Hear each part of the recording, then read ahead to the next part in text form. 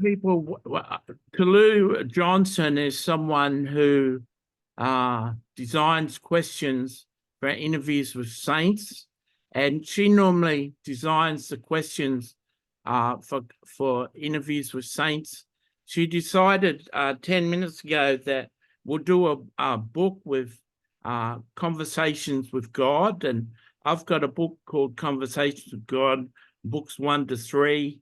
And then I did a book, Conversations with God, book 4, and I guess we'll call this book Another Conversation with God instead of book 5. And rather than her writing with a pen the questions, I was going to read out some questions. Rather than her recording it with a pen, we're going to record it on video. So there's going to be a book come out in the next 2 or 3 months with the answers to these questions. I don't know how many questions there's going to be, but in my Conversations with God books, I had 15 questions. So we'll aim at 15 questions, and then we'll see how we go. It might be 20 or 30. So the first question is, there's a lot of talk about the rapture. How soon is the rapture going to be? Question 2, they say no one knows the day nor the hour. Where does that phrase come from?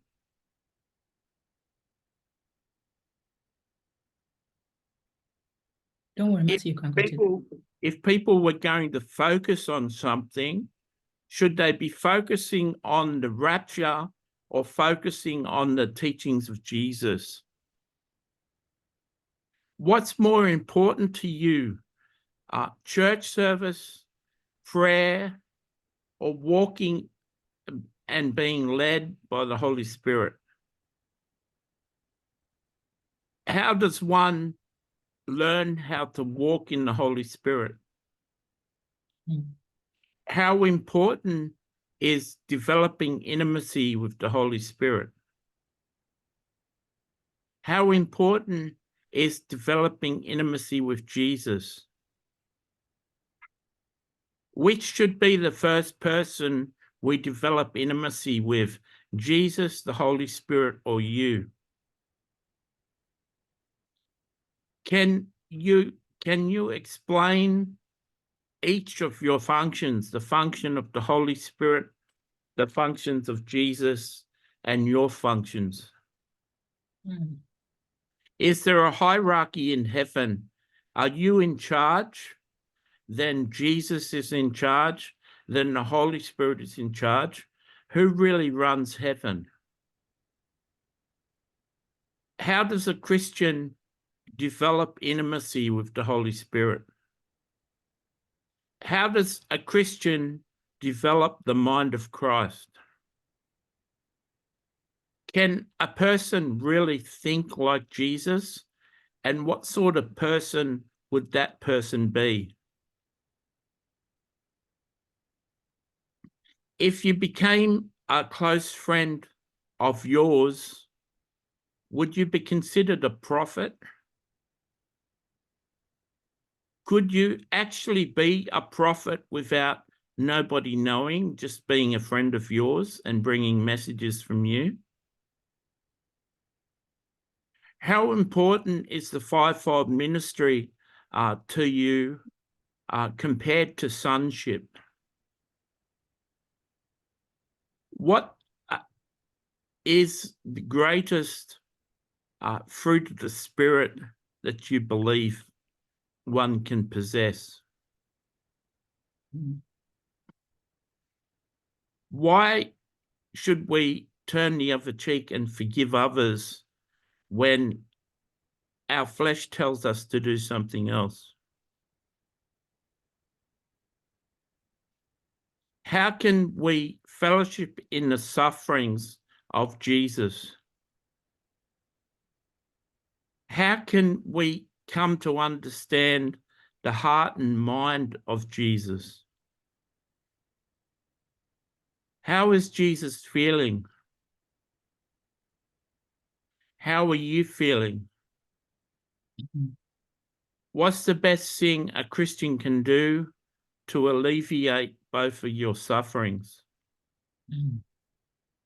What final words have you got to say in this book?